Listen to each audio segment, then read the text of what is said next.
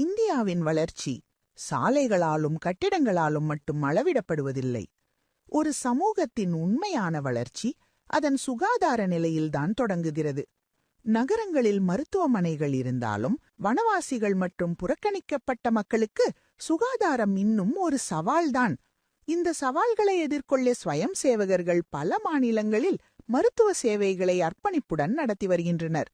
விதர்பாவின் ஜாமோத், ஆந்திராவின் வீரமாபாத், மேகாலயாவின் ஷில்லாங், அசாமின் உதய்புரி, நாகாலாந்தின் டைனிங், இவ்வாறாக இந்தியா முழுவதும் மருத்துவ மையங்கள் செயல்பட்டு வருகின்றன. தமிழ்நாட்டில் மட்டும் 26 ஆண்டுகளுக்கும் மேலாக பல மருத்துவ மையங்கள் தொடர்ந்து சேவை செய்து வருகின்றன. மகாராஷ்டிராவின் லாத்தூரில் கூட்டுறவு முறையில் இயங்கும் மருத்துவமனை அர்ப்பணிப்புடன் பணிபுரியும் டாக்டர்களால் தேசிய அளவில் புகழ் பெற்றுள்ளது.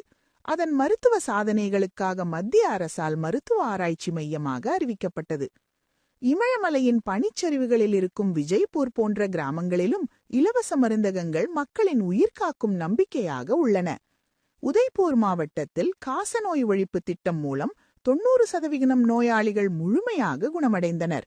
இது ஒரு உலக சாதனை.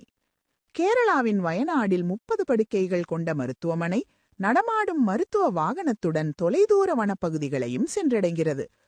ஒவ்வொரு ஆண்டும் 2 லட்சம் பேர் மருத்துவ சேவைகள் பெறுகிறார்கள். 1.5 லட்சம் மாணவர்கள் கல்வி பெறுகிறார்கள். ஆயிரக்கணக்கான அறுவை சிகிச்சைகள் இலவசமாகவும் குறைந்த கட்டணத்திலும் நடைபெறுகின்றன.